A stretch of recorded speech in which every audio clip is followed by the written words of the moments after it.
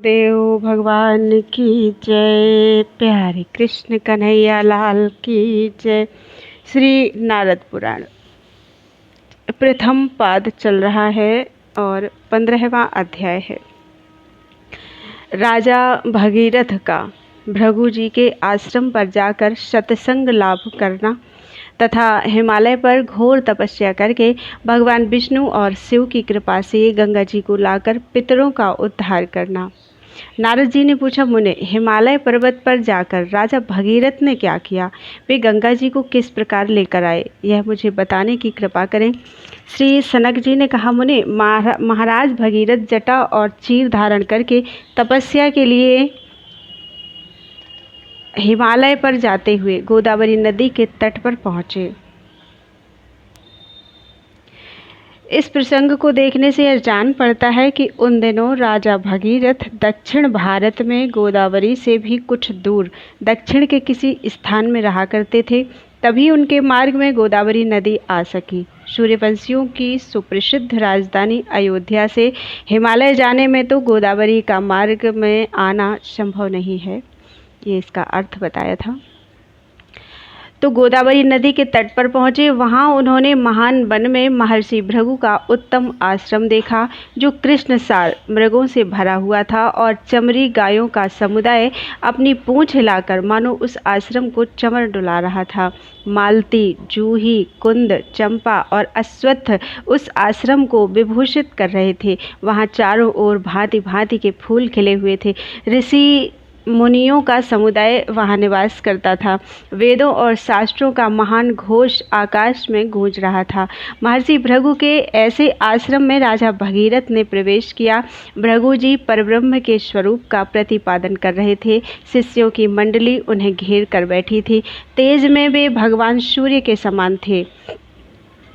राजा भगीरथ ने वहां उनका दर्शन किया और उनके चरण ग्रहण आदि विधि से उन ब्राह्मण शिरोमणि की वंदना की। साथ ही भृगु जी ने भी सम्मान पूर्वक राजा का आतिथ्य सत्कार किया। महर्षि भृगु के द्वारा आतिथ्य सत्कार हो जाने पर राजा भगीरथ उन मुनीश्वर से हाथ जोड़कर विनय पूर्वक बोले। भगीरथ ने कहा, भगवान, आप सब धर्मों के ज्ञाता तथा संपूर्ण शास्त्रों के विद्वान हैं। मैं संसार बंधन के भय से डरकर आपसे मनुष्यों के उद्धार का उपाय पूछता हूँ। सर्वज्ञ मुनि सत्तम, यदि मैं आपका कृपा पात्र होऊं तो जिस कर्म से भगवान संतुष्ट होते हैं वह मुझे बताइए। भृगु ने कहा, राजन, तुम्हारी अभिलाषा क्या है यह मुझे मालूम हो गई।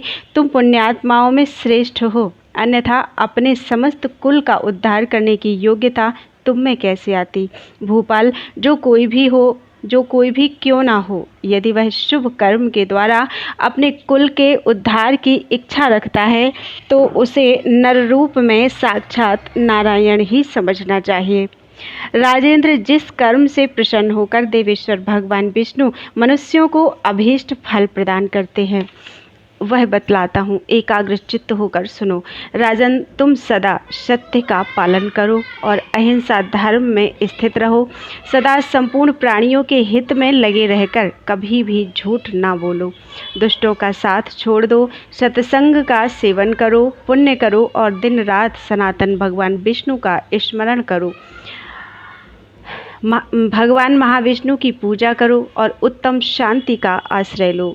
द्वादशाक्षर अथवा अष्टाक्षर मंत्र जपो, इससे तुम्हारा कल्याण होगा। भगीरथ ने पूछा, मुने, सत्य कैसा कहा गया है? संपूर्ण भूतों का हित क्या है? अनृत अर्थात झूठ किसे कहते हैं? दुष्ट कैसे होते हैं? कैसे लोगों को साधु कहा गया है? तथा पुण्य कैसा होता है? भगवान विष्णु का स्मरण कैसे करना चाहिए और उनकी पूजा कैसे होती है? मुने, शांति किसे कहा गया है? अष्टाक्षर मंत्र क्या है? तत्वार्थ के ज्ञाता महर्षि, द्वादशाक्षर मंत्र क्या होता है? मुझ पर बड़ी भारी कृपा करके इन सब की व्याख्या करें। भृगु ने कहा, महाप्राज्ञ, बहुत अच्छा, तुम्हारी बुद्धि बहुत उत्तम है। भूपाल, तुमने मुझसे जो कुछ पूछा है वह सब तुम्हें बतलाता हूँ। विद्वान पुरुष यथार्थ कथन को सत्य कहते हैं। धर्मपरायण मनुष्यों को इस प्रकार सत्य बोलना चाहिए कि धर्म का विरोध न होने पाए। इसलिए साधु पुरुष देश काल आदि का विचार करके स्वधर्म का विरोध न करते हुए जो यथार्थ वचन बोलते हैं वह सत्य कहलाता है। राजन, संपूर्ण जीवों में से किसी को भी जो क्लेश ना देना है उसी का नाम अहिंसा है। वह संपूर्ण कामनाओं को देने वाली बताई गई है। धर्म के कार्य में सहायता पहुंचाना और अधर्म के कार्य का विरोध करना, इसे धर्मज्ञ पुरुष संपूर्ण लोगों का हित साधन कहते हैं। धर्म और अधर्म का विचार ना करके केवल अपनी इच्छा के अनुसार कहना असत्य है। उसे सब प्रकार के कल्याण का विरोधी समझना चाहिए। राजन, जिनकी बुद्धि सदा कुमार्ग में लगी रहती है, जो सब लोगों से द्वेष रखने वाले और मूर्ख हैं, उन्हें संपूर्ण धर्मों से बहिष्कृत दुष्ट पुरुष जानना चाहिए। जो लोग धर्म और अधर्म का विवेक करके वेदोक्त मार्ग पर चलते हैं तथा सब लोगों के हित में संलग्न रहते हैं, उन्हें साधु कहा गया है। धर्माधर्म विवेकेन वेद मार्गानुसारिणः सर्वलोकहिताशक्ताः साधवः परिकीर्तिताः। जो भगवान की भक्ति में सहायक है, साधु पुरुष जिसका पालन करते हैं तथा जो अपने लिए भी आनंददायक है, उसे धर्म कहते हैं। यह संपूर्ण जगत भगवान विष्णु का स्वरूप है। विष्णु सबके कारण है और मैं भी विष्णु हूँ। यह जो ज्ञान है उसी को भगवान विष्णु का स्मरण समझना चाहिए। भगवान विष्णु सर्वदेवमय हैं। मैं विधि पूर्वक उनकी पूजा करूँगा। इस प्रकार से जो श्रद्धा होती है वह उनकी भक्ति कही गई है।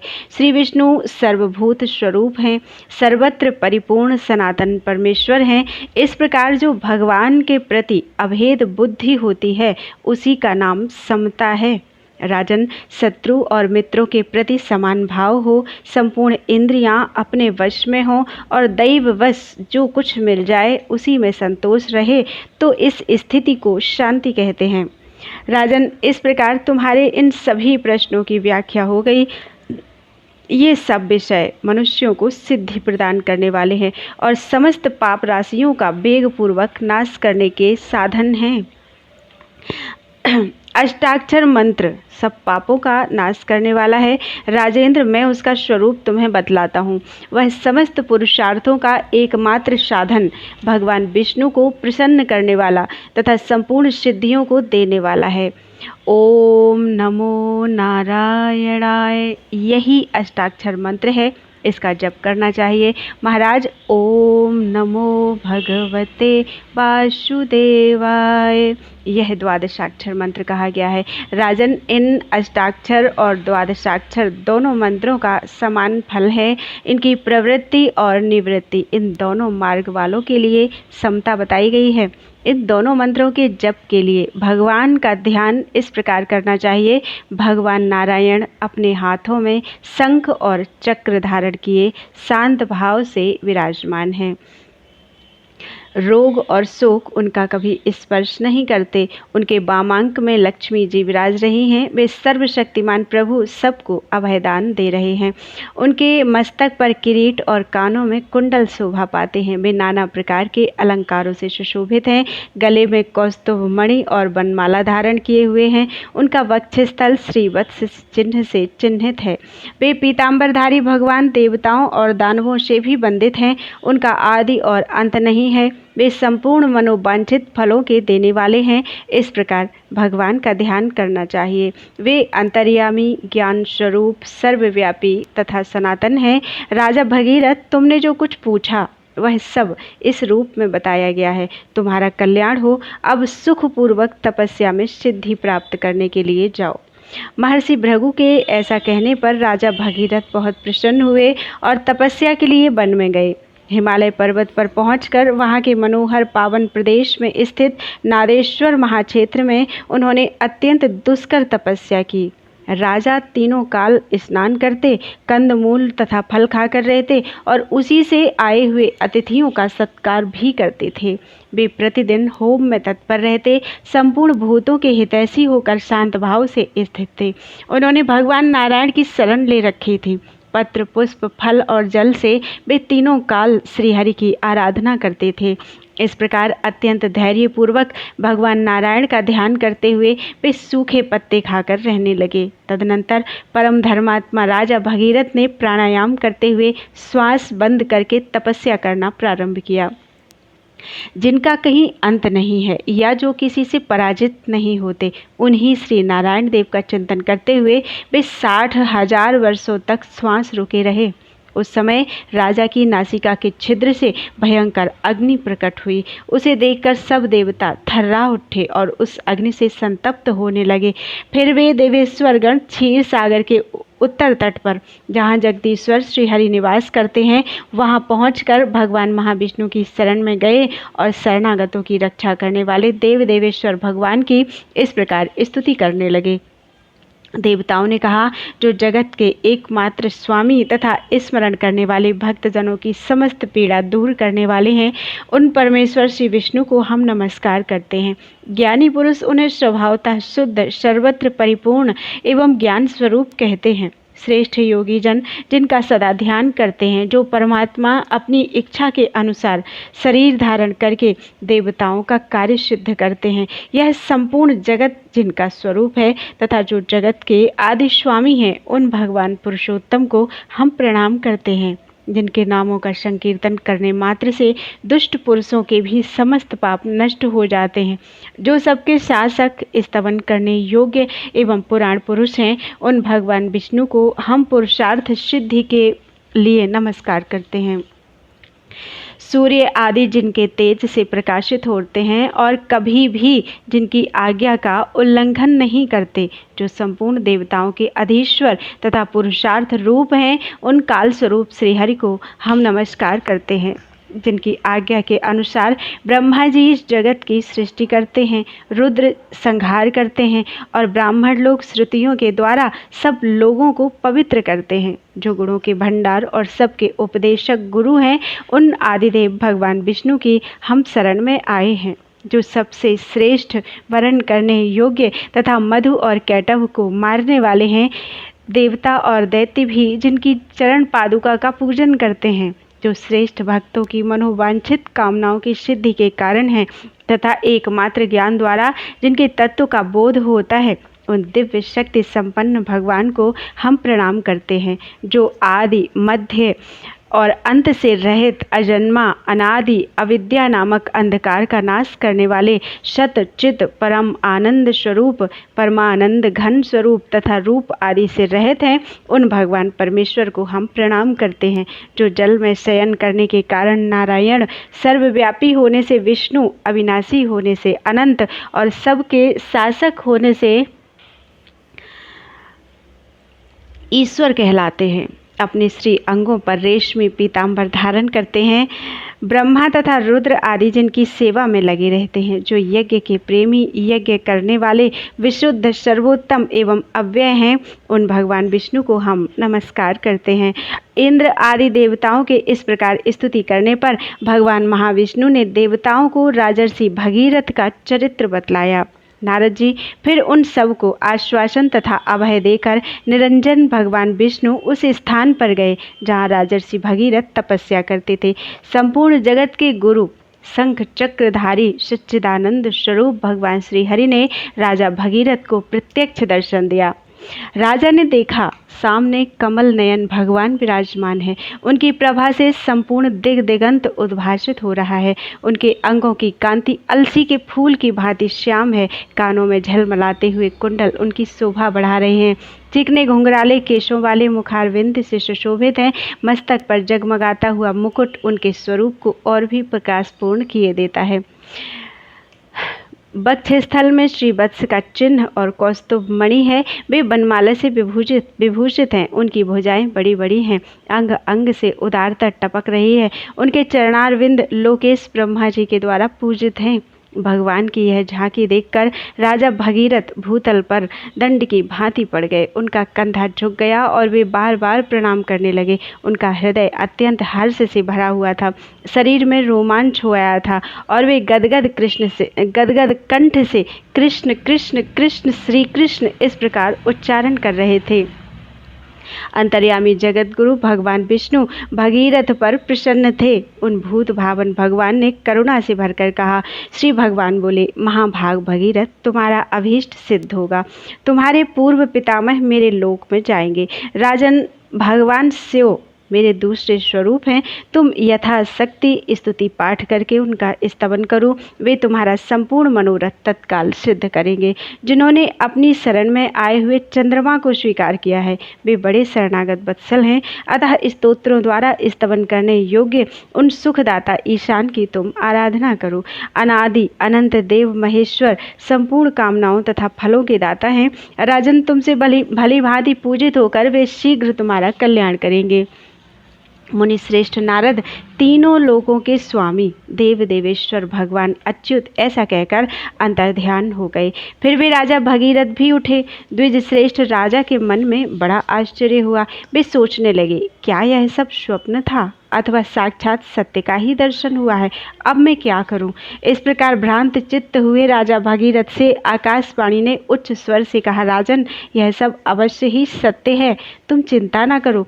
आकाशवाणी सुनकर भूपाल भगीरथ ने हम सब के कारण तथा समस्त देवताओं के स्वामी भगवान शिव का भक्तिपूर्वक स्तवन किया। भगीरथ ने कहा, मैं प्रणत जनों की पीड़ा का नाश करने वाले विश्वनाथ शिव को प्रणाम करता हूँ, जो प्रमाण से परे तथा प्रमाण रूप हैं। उन भगवान ईशान को मैं नमस्कार करता हूँ, जो जगत स्वरूप होते हुए भी नित्य और अजन्मा है। संसार की सृष्टि, संहार और पालन के एकमात्र कारण हैं। उन भगवान शिव को मैं प्रणाम करता हूँ। योगीश्वर महात्मा, जिनका आदि मध्य और अंत से रहित अनंत अजन्मा एवं अव्यय रूप से चिंतन करते हैं, उन पुष्टिवर्धक शिव को मैं प्रणाम करता हूँ। पशुपति भगवान शिव को नमस्कार है। चैतन्य स्वरूप भगवान शंकर को नमस्कार है। असमर्थों को सामर्थ्य देने वाले शिव को नमस्कार है। समस्त प्राणियों के पालक भगवान भूतनाथ को नमस्कार है। प्रभु, आप हाथ में पिनाक धारण करते हैं, आपको नमस्कार है। त्रिशूल से शोभित हाथ वाले, आपको नमस्कार है। संपूर्ण भूत आपके स्वरूप हैं, आपको नमस्कार है। जगत के अनेक रूप आपके ही रूप हैं, आप निर्गुण परमात्मा को नमस्कार है। ध्यान स्वरूप आपको नमस्कार है। ध्यान के साक्षी आपको नमस्कार है। ध्यान में सम्यक रूप से स्थित आपको नमस्कार है तथा ध्यान से ही अनुभव में आने वाले आपको नमस्कार है। जो अपने ही प्रकाश से प्रकाशित होने वाले महात्मा, परम ज्योति ही स्वरूप तथा सनातन हैं। तत्वज्ञ पुरुष, जिन्हें मानव नेत्रों को प्रकाश देने वाले सूर्य कहते हैं, जो उमाकांत, नंदिकेश्वर, नीलकंठ, सदाशिव, मृत्युंजय, महादेव, परात्पर एवं विभु कहे जाते हैं। परब्रह्म और शब्द ब्रह्म जिनके स्वरूप हैं, उन समस्त जगत के कारणभूत परमात्मा को मैं प्रणाम करता हूँ। प्रभु, आप जटाजूट धारण करने वाले हैं, आपको नमस्कार है। जिनसे समुद्र, नदियाँ, पर्वत, गंधर्व, यक्ष, असुर, सिद्ध, समुदाय, स्थावर, जंगम, बड़े छोटे, सत असत तथा जड़ और चेतन सबका प्रादुर्भाव हुआ है। योगी पुरुष जिनके चरणारविंदों में नमस्कार करते हैं, जो सबके अंतरात्मा, रूपहीन एवं ईश्वर हैं, उन स्वतंत्र, एक तथा गुणियों के गुण स्वरूप भगवान शिव को मैं बार बार प्रणाम करता हूँ, बार बार मस्तक झुकाता हूँ। सब लोगों का कल्याण करने वाले महादेव भगवान शंकर इस प्रकार अपनी स्तुति सुनकर, जिनकी तपस्या पूर्ण हो चुकी है, उन राजा भगीरथ के आगे प्रकट हुए। उनके 5 मुख और 10 भुजाएं हैं। उन्होंने अर्धचंद्र का मुकुट धारण कर रखा है। उनके 3 नेत्र हैं, एक एक अंग से उदारता टपकती है। उन्होंने सर्प का यज्ञोपवीत पहन रखा है। उनका वक्षस्थल विशाल तथा कांति हिमालय के समान उज्ज्वल है। गज चर्म का वस्त्र पहने हुए उन भगवान शिव के चरणारविंद समस्त देवताओं द्वारा पूजित हो रहे हैं। नारद जी, भगवान शिव को इस रूप में उपस्थित देखकर राजा भगीरथ उनके चरणों के आगे दंड की भांति पृथ्वी पर गिर पड़े। फिर सहसा उठकर उन्होंने भगवान के सम्मुख हाथ जोड़े और उनके महादेव तथा शंकर आदि नामों का कीर्तन करते हुए प्रणाम किया। राजा की भक्ति जानकर चंद्रशेखर भगवान शिव उनसे बोले, राजन, मैं बहुत प्रसन्न हूँ। तुम इच्छानुसार वर मांगो। तुमने स्तोत्र और तपस्या द्वारा मुझे भली भांति संतुष्ट किया है। भगवान शिव के ऐसा कहने पर राजा का हृदय प्रसन्नता से खिल उठा और वे हाथ जोड़कर जगदीश्वर शिव से इस प्रकार बोले। भगीरथ ने कहा, महेश्वर, यदि मैं वरदान देकर अनुग्रहित करने योग्य हूँ तो हमारे पितरों की मुक्ति के लिए आप हमें गंगा प्रदान करें। भगवान शिव बोले, राजन, मैंने तुम्हें गंगा दे दी। इससे तुम्हारे पितरों को उत्तम गति प्राप्त होगी और तुम्हें भी परम मोक्ष मिलेगा। यूं कहकर भगवान शिव अंतर्ध्यान हो गए।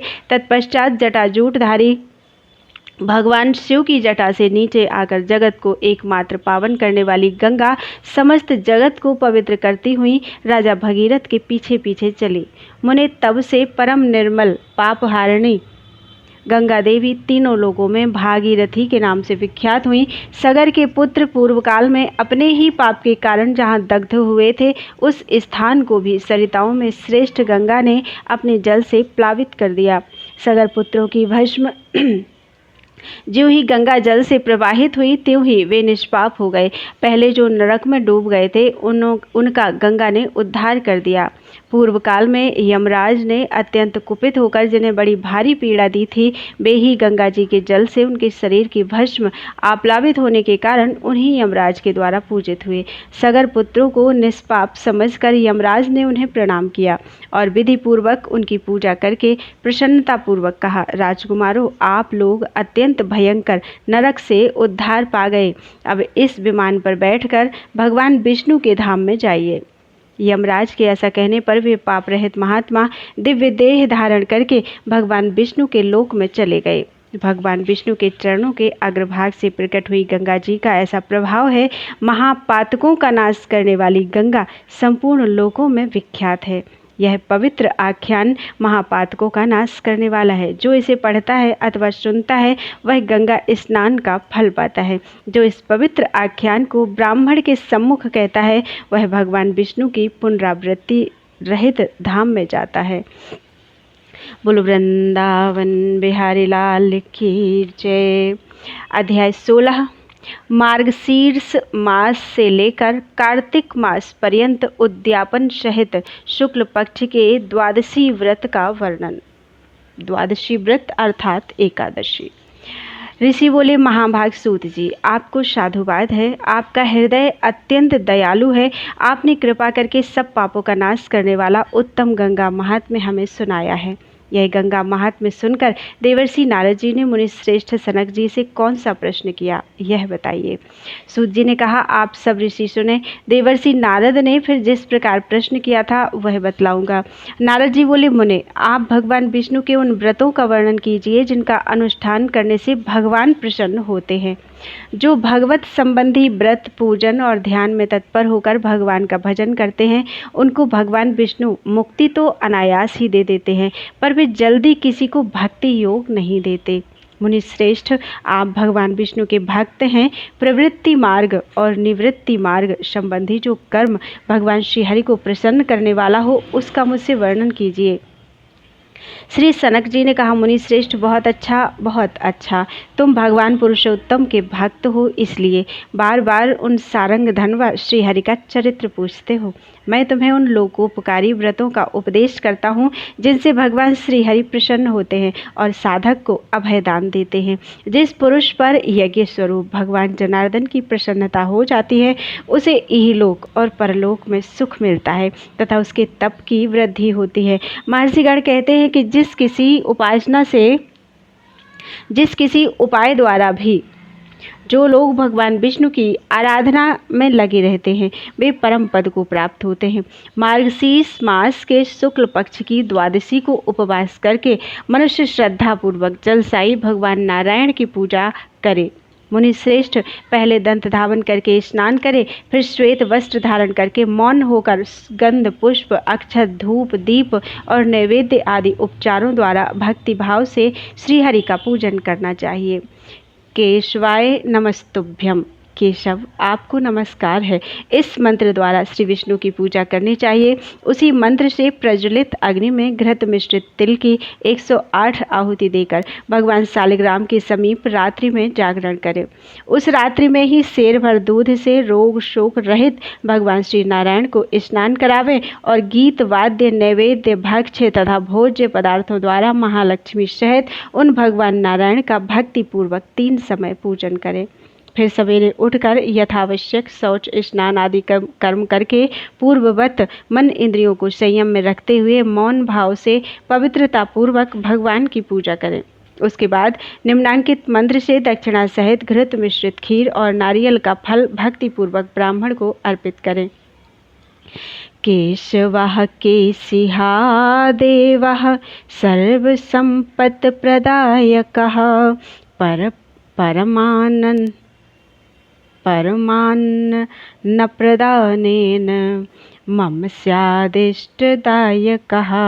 जिन्होंने केशी दैत्य को मारा है तथा जो सब प्रकार की संपत्ति देने वाले हैं, वे भगवान केशव यह उत्तम अन्न दान करने से मेरे लिए अभीष्ट वस्तु को देने वाले हों। तदनंतर अपनी शक्ति के अनुसार ब्राह्मण भोजन करावें। उसके बाद भगवान नारायण का चिंतन करते हुए मौन होकर स्वयं भी भाई बंधुओं सहित भोजन करें। इस प्रकार जो भक्तिभाव से भगवान केशव की उत्तम पूजा करता है, वह 8 पौंडरीक यज्ञ के समान फल पाता है। पौष मास के शुक्ल पक्ष की द्वादशी तिथि को उपवास करके नमो नारायणाय इस मंत्र से पवित्रता पूर्वक श्रीहरि का पूजन करें। दूध से भगवान को नहलाकर खीर का नैवेद्य अर्पण करें। रात्रि में तीनों समय श्रीहरि की पूजा में संलग्न रहकर जागता रहे। गंध, मनोरम पुष्प, धूप, दीप, नैवेद्य, नृत्य, गीत, वाद्य आदि तथा स्तोत्रों द्वारा श्रीहरि की अर्चना करें।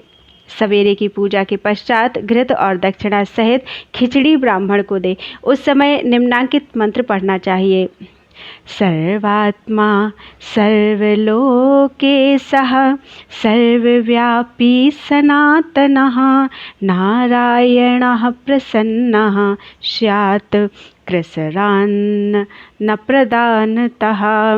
जो सबके आत्मा, संपूर्ण लोगों के ईश्वर और सर्वत्र व्यापक हैं, वे सनातन भगवान श्री नारायण यह खिचड़ी दान करने से मुझ पर प्रसन्न हो। इस मंत्र से ब्राह्मण को उत्तम दान देकर यथाशक्ति ब्राह्मणों को भोजन करावें। फिर स्वयं बंधु बांधवों सहित भोजन करें। जो इस प्रकार भक्ति पूर्वक भगवान नारायण देव का पूजन करता है, वह 8 अग्निष्टोम यज्ञों का फल प्राप्त करता है, संपूर्ण फल प्राप्त करता है। माघ शुक्ला द्वादशी को भी पूर्ववत उपवास करके नमस्ते माधवाय इस मंत्र से अग्नि में 8 बार घी की आहुति दें। उस दिन पूर्ववत शेर भर दूध से भगवान माधव को स्नान करावें। फिर चित्त को एकाग्र करके गंध, पुष्प और अक्षत आदि से पहले की तरह तीनों समय भक्तिपूर्वक पूजन करते हुए रात्रि में जागरण करें। तत्पश्चात प्रातःकाल का कृत्य समाप्त करके पुनः श्री माधव की अर्चना करें। अंत में सब पापों से छुटकारा पाने के लिए वस्त्र और दक्षिणा सहित शेर भर तिल ब्राह्मण को इस मंत्र से दान करें। माधवः सर्वभूतात्मा सर्वकर्म फलप्रदः तिलदानेन महता सर्वान् कामान् प्रयच्छतु। संपूर्ण कर्मों का फल देने वाले तथा समस्त भूतों के आत्मा भगवान लक्ष्मीपति तिल के इस महादान से प्रसन्न होकर मेरी सब कामनाएं पूरी करें। इस मंत्र से भक्तिपूर्वक ब्राह्मण को तिलदान देकर भगवान माधव का स्मरण करते हुए यथाशक्ति ब्राह्मणों को भोजन कराएं। मुनि जो इस प्रकार भक्तिभाव से तिलदान युक्त व्रत करता है, वह 100 वाजपेयी यज्ञ के संपूर्ण फल को प्राप्त कर लेता है। फाल्गुन के शुक्ल पक्ष में द्वादशी को उपवास करके व्रती पुरुष गोविंदाय नमस्तुभ्यम इस मंत्र से भगवान का पूजन करें और घृत मिश्रित तिल की 108 आहुति देकर पूर्वोक्त मान के अनुसार 1 सेर दूध से पवित्रतापूर्वक भगवान गोविंद को स्नान करावे। पूर्ववत रात में जागरण और तीनों समय पूजा करें। फिर प्रातः काल का शौच स्नान आदि कर्म पूरा करके पुनः भगवान गोविंद की अर्चना करनी चाहिए, पूजा करनी चाहिए। तत्पश्चात वस्त्र और दक्षिणा सहित 1 आढ़क अर्थात 4 सेर धान ब्राह्मण को दे और निम्नांकित मंत्र का पाठ करे। नमो गोविंद सर्वेश गोपिका जन बल्लभ अनेन धान्य दानेन प्रीतो भव जगत गुरु। गोविंद सर्वेश्वर गोपांगनाओं के प्राण वल्लभ जगत गुरु, इस धान्य के दान से आप मुझ पर प्रसन्न हो। इस प्रकार भली भांति व्रत का पालन करके मनुष्य संपूर्ण पापों से मुक्त हो जाता है और महान यज्ञ का पूरा पुण्य प्राप्त कर लेता है। चैत्र मास के शुक्ल पक्ष की द्वादशी तिथि को उपवास करके पहले बताए अनुसार नमोस्तु विष्णवे तुभ्यम इस मंत्र से भगवान की पूजा करें। पूर्ववत 1 सेर दूध से भगवान विष्णु को स्नान करावे। विप्रवर यदि शक्ति हो तो उसी प्रकार सेर भर घी से भी आदरपूर्वक भगवान को नहलावे तथा रात में भी पहले की तरह जागरण और पूजन करें। तदनंतर सवेरे उठकर प्रातः काल के आवश्यक कर्म पूरा करके मधु, घी और तिल मिश्रित हवन सामग्री की 108 आहुति दें। उसके बाद ब्राह्मण को दक्षिणा सहित 1 आढ़क अर्थात 4 सेर चावल दान करें। मंत्र इस प्रकार है। प्राण रूपी महाविष्णु प्राणदाह सर्वबल्लभः तण्डुलाढक दानेन प्रियतां मे जनार्दनः। भगवान महाविष्णु प्राण स्वरूप हैं, वे ही सबके प्रियतम और प्राणदाता हैं। इस 1 आढ़क चावल के दान से वे भगवान जनार्दन मुझ पर प्रसन्न हो। इस प्रकार भक्ति भाव से व्रत का पालन करके मनुष्य सब पापों से मुक्त हो जाता है और अत्यग्निष्टोम यज्ञ के 8 गुने फल को पाता है। वैशाख शुक्ला द्वादशी को उपवास करके भक्ति पूर्वक देवेश्वर मधुसूदन को द्रोण अर्थात कलश परिमित दूध से स्नान करावे तथा रात में 3 समय पूजन करते हुए जागरण करें। मधुसूदन की विधि पूर्वक पूजा करके नमस्ते मधुहंत्रे इस मंत्र से घी की 108 आहुति का होम करें। घी का उपयोग अपनी शक्ति के अनुसार करें। इससे पाप रहित होकर मनुष्य 8 अश्वमेध यज्ञों का फल पाता है। ज्येष्ठ मास के शुक्ल पक्ष की द्वादशी तिथि को उपवास करके 1 आढ़क अर्थात 4 सेर दूध से भगवान त्रिविक्रम को स्नान करावें और नमस्ते त्रिविक्रमाय इस मंत्र से भक्ति पूर्वक भगवान का पूजन करें। खीर की 108 आहुति देकर होम करें। फिर रात्र में जागरण करके भगवान की पूजा करें। फिर प्रातः कृत्य करके पूजन के पश्चात ब्राह्मण को दक्षिणा सहित 20 पुआ दान करें। दान का मंत्र इस प्रकार है।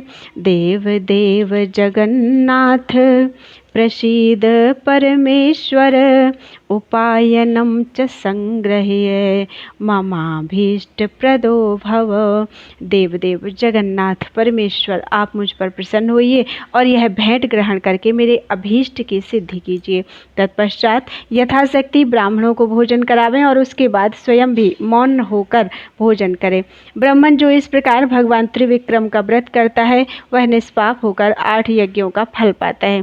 आषाढ़ शुक्ला द्वादशी को उपवास व्रत करने वाला जितेंद्रिय पुरुष पूर्ववत 1 आढ़क अर्थात 4 सेर दूध से बामन जी को स्नान करावे।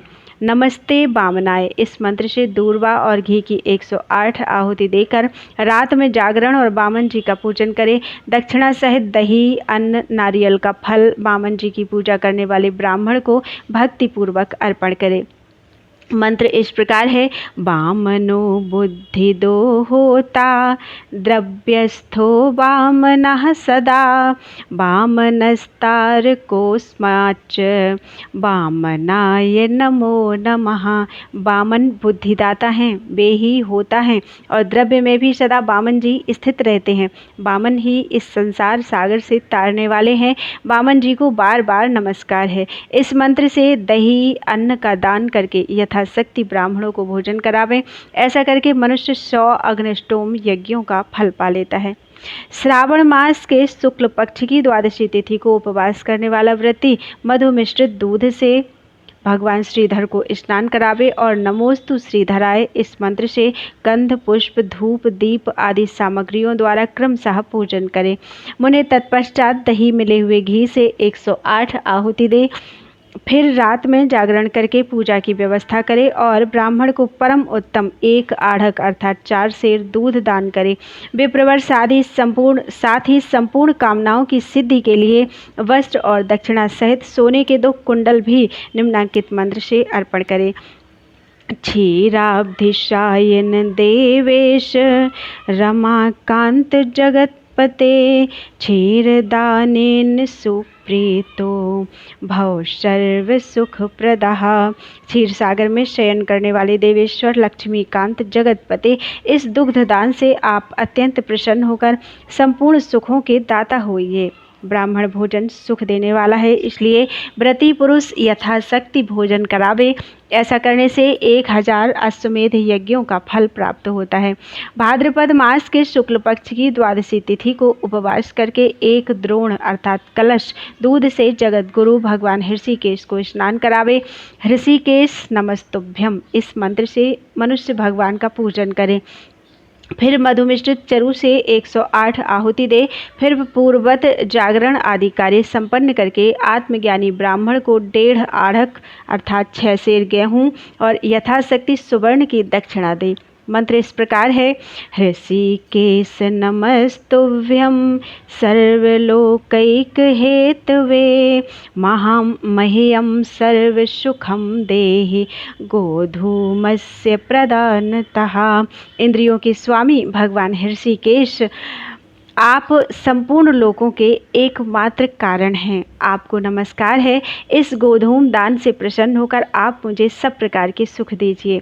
तत्पश्चात यथाशक्ति ब्राह्मणों को भोजन कराकर स्वयं भी मौन होकर भोजन करे। ऐसा करने वाला पुरुष सब पापों से मुक्त होकर महान यज्ञ फल को पाता है।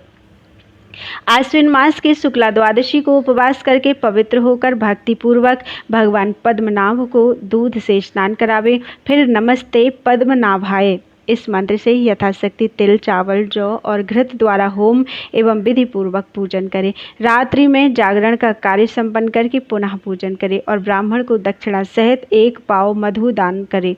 मंत्र इस प्रकार है।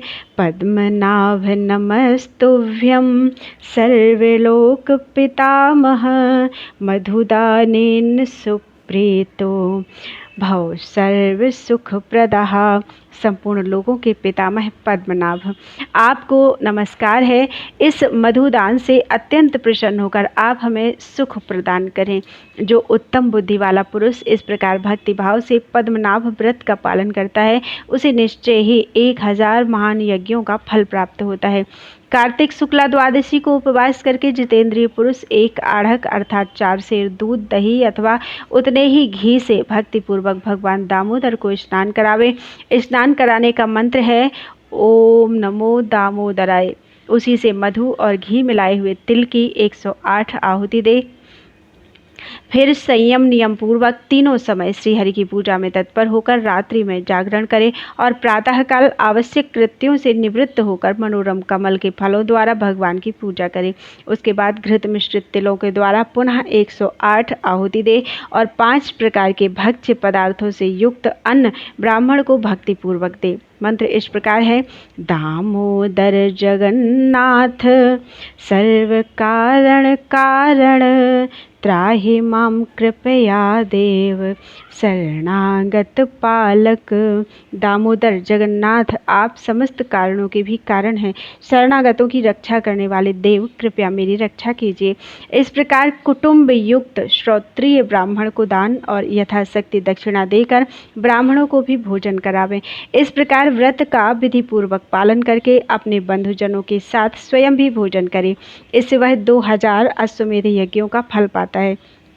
मुनिश्रेष्ठ, इस प्रकार व्रत का पालन करने वाला जो पुरुष परम उत्तम द्वादशी व्रत का 1 वर्ष तक पूर्वोक्त विधि से अनुष्ठान करता है, वह परम पद को प्राप्त होता है।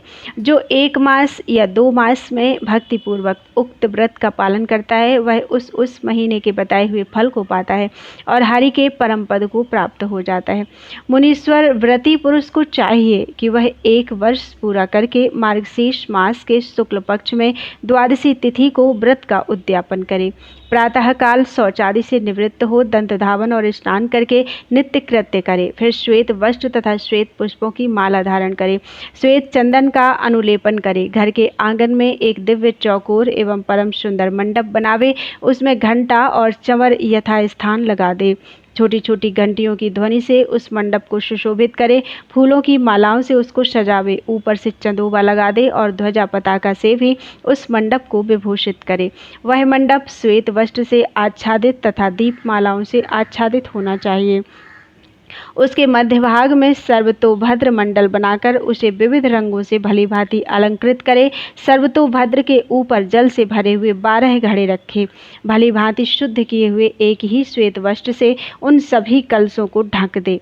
वे सब कलश पंचरत्न से युक्त होने चाहिए। ब्राह्मण व्रती पुरुष अपनी शक्ति के अनुसार सोने चांदी अथवा तांबे की भगवान श्री लक्ष्मी नारायण की प्रतिमा बनावे और उसे मन और इंद्रियों को संयम में रखते हुए कलश के ऊपर स्थापित करे। द्विश्रेष्ठ जो प्रतिमा ना बना सके वह अपनी शक्ति के अनुसार सुवर्ण अथवा उसका मूल्य वहां चढ़ा दे।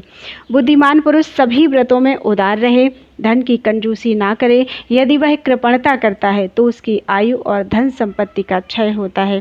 पहले से स्नान की शैया पर शयन करने वाले रोग शोक से रहित भगवान लक्ष्मी नारायण का ध्यान करके उन्हें भक्तिपूर्वक पंचामृत से स्नान कराए। फिर केशव आदि नामों से उनके लिए भिन्न भिन्न उपचार चढ़ावे। रात में पुराण कथा श्रवण आदि के द्वारा जागरण करे, निद्रा को जीते और उपवास पूर्वक जितेंद्रिय भाव से रहकर अपने वैभव के अनुसार रात के प्रथम, द्वितीय और तृतीय पहर के अंत में 3 बार भगवान की पूजा करे। तदनंतर प्रातःकाल उठकर सवेरे के शौच, स्नान आदि से आवश्यक कृत्य पूरे करके ब्राह्मणों द्वारा व्याहृति मंत्र से तिल की 1000 आहुतियाँ दिलावे। उसके बाद क्रमशः गंध, पुष्प आदि उपचारों से पुनः भगवान की पूजा करे तथा भगवान के समक्ष पुराण की कथा भी सुने। फिर 12 ब्राह्मणों में से प्रत्येक को 10-10 पुआ घृत, दधि सहित अन्न तथा खीर दान करे। उसके साथ दक्षिणा भी दे। दान का मंत्र इस प्रकार है। देव देव जगन्नाथ भक्तानुग्रह विग्रह ग्रहाणोपायनम कृष्ण सर्वाभीष्ट प्रदो भव। भक्तों पर कृपा करके अवतार अर्थात शरीर धारण करने वाले देव देव जगदीश्वर श्री कृष्ण, आप यह भेंट ग्रहण कीजिए और मुझे संपूर्ण अभीष्ट वस्तुएं दीजिए। इस मंत्र से भगवान को भेंट अर्पण करके दोनों घुटने पृथ्वी पर टेक कर व्रती पुरुष विनय से नतमस्तक होकर हाथ जोड़कर इस प्रकार प्रार्थना करे।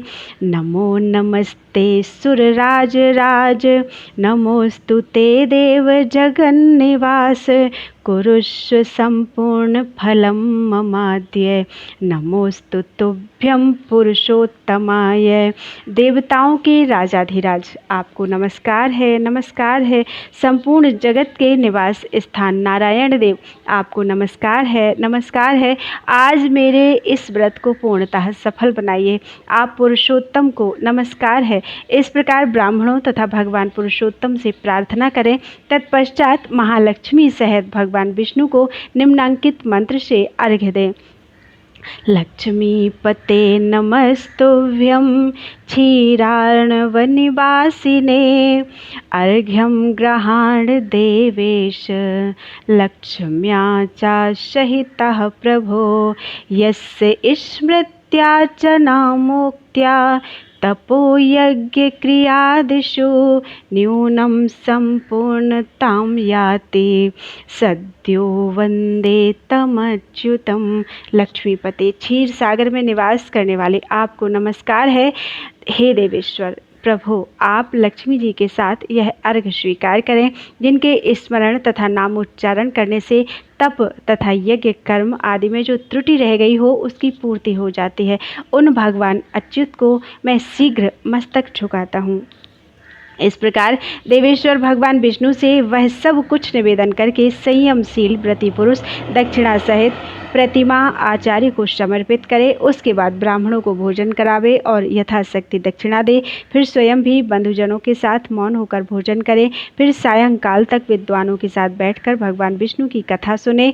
नारद जी, जो मनुष्य इस प्रकार द्वादशी व्रत करता है वह इहलोक और परलोक में संपूर्ण कामनाओं को प्राप्त कर लेता है तथा सब पापों से मुक्त होकर अपनी 21 पीढ़ियों के साथ भगवान विष्णु के धाम में जाता है, जहाँ जाकर कोई शोक का सामना नहीं करता। ब्राह्मण जो इस उत्तम द्वादशी व्रत को पढ़ता है अथवा सुनता है वह मनुष्य वाजपेयी यज्ञ का फल प्राप्त करता है। बोलो वृंदावन बिहारी लाल की जय। त्वदीयं वस्तु गोविंदम तुभ्यमेव समर्पितम्।